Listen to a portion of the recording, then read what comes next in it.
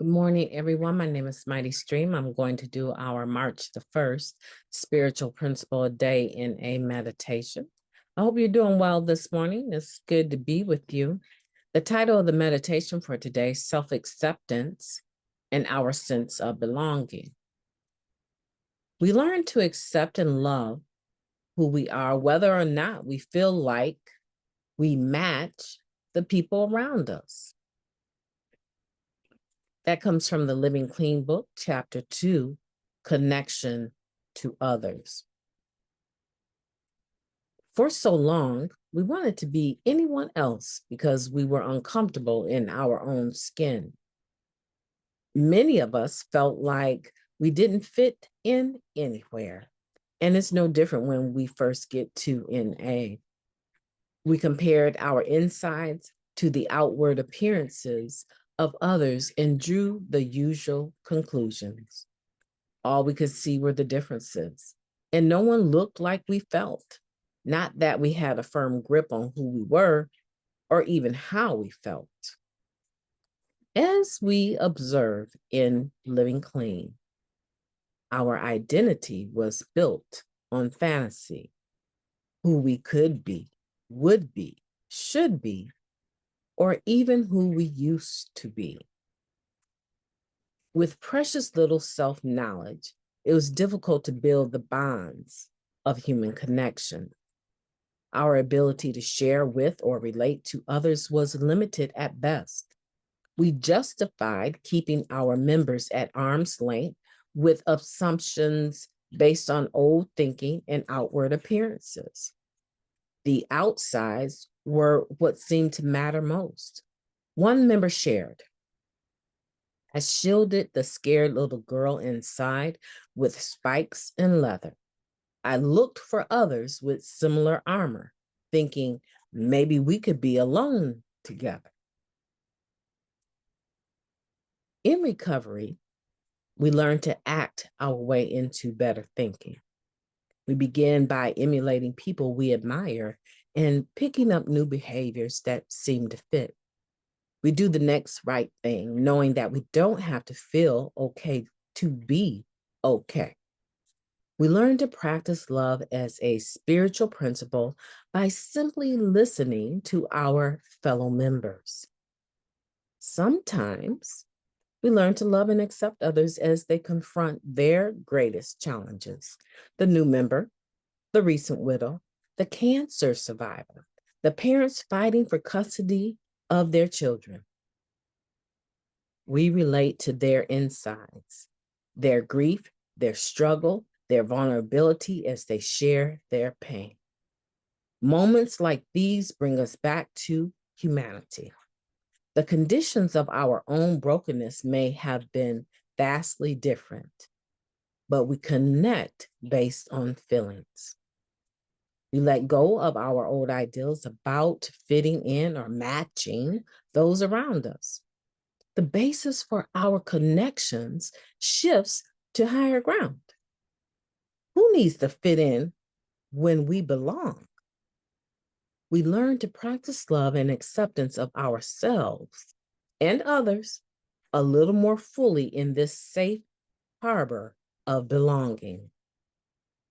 I will examine my ideals about fitting in and discard some old thinking. Today, I will practice the principle of love by looking for opportunities to connect with other members.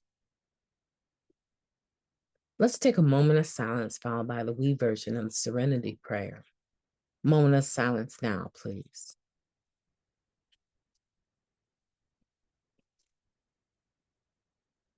Thank you.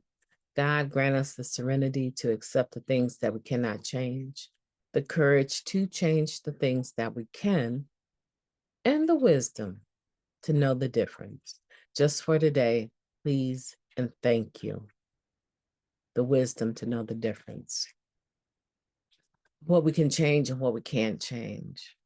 You know, I like this meditation, self-acceptance and our sense of belonging, because again, you know, just like the other meditation today, it seems like it describes exactly how it was for me when I got here. My insides were nowhere near close to matching other people's outsides. A demonstration of this, let me just, talk about this really quick, right? I lived in East Africa for quite a while, several years, and I was involved with, teaching at a school there, right? And so part of my responsibility meant that I had to get to my destination on a day-to-day basis. And even though there was a host family, I was still in large responsible for my own transportation, getting up to the college so that I could teach in time. And so to make a long story short, there's a lot of red dirt where I was living. And I mean, it was troublesome if it rained. You would think it was a snowstorm, but only mud. But when it was dry and the wind is blowing up there in the mountains, the city I lived in was called Naharuhu, Kenya. And so this was the highest elevated town in all of Kenya. Very, very high elevation, right? And so here we are, in this town, and the wind would just whip straight through that town. And there were those days, I tell you, if you're walking, let's just say a walk of a kilometer, you're walking, and this wind is just blowing red dirt all over your beautiful dress, right? Or whatever I had on. Most of the time, I wore a long dress. Sometimes I would wear slacks, but mostly the women over there wear dresses. And so the wind would just be blowing and blowing you around, and red dirt would seep into your black suit or whatever you had on. If you had light colors, it would turn into a dingy color. I mean, you could shake it off, but by the time you got to where you were going, I would look a hot mess. And I realized something. That culture, there's a desire to look sharp. You would see men with sharpshooters and nice suits, and you see women in dresses, right? Everyone looks so beautiful on the outside. They were used to it, so they probably felt beautiful on the inside. But in my mind, coming from an American culture, a Western culture, my mind said, now, it seemed like to me, with all of this red dirt, this wind whipping through here, that a person would maybe wear some jogging pants or something to get to where they're going. And then when they get where they're going, run into the restroom and change your clothes and put your nice stuff on. Why would you walk through all that dusty, red, windy dirt in your nice clothes? That was a real lived experience where I realized that we can dress up the outside and everything in our environment be a mess. Everything in our environment be a mess. We could dress up the outside, look really sugar sharp, but our real circumstances are windy and messy at best. Or we can take care of the insides and dress that up, take good care of that. And then it doesn't matter what the outsides are looking like. If you're feeling good on the inside and you decide today, I'm not dressing up, don't dress up. But you know what? When we got to Narcotics Anonymous, we were looking at it. We were looking at our insides, but we were looking at a bunch of people that had dressed up the outside, and we had no idea whether or not their insides were matching. We had no idea. 9 times out of 10, the insides were jacked up. They had just trained themselves to look good on the outside. I'm going to a meeting. I got to look good. He going to be there. She going to be there. Right? Self-acceptance is amazing. because after some time, you begin to realize that most of us have insides that are very, very similar. Very similar. We train ourselves to make the outsides look good. But it's a real recovering addict that can tell you what's going on the inside, and their outside matches that. Right? So today, let's not be worried about if we're matching the people around us. Because most of the time, those people that are doing what we think better, there's a whole gamut of issues that come with what their better has brought. And we don't know their business. We only know what they share.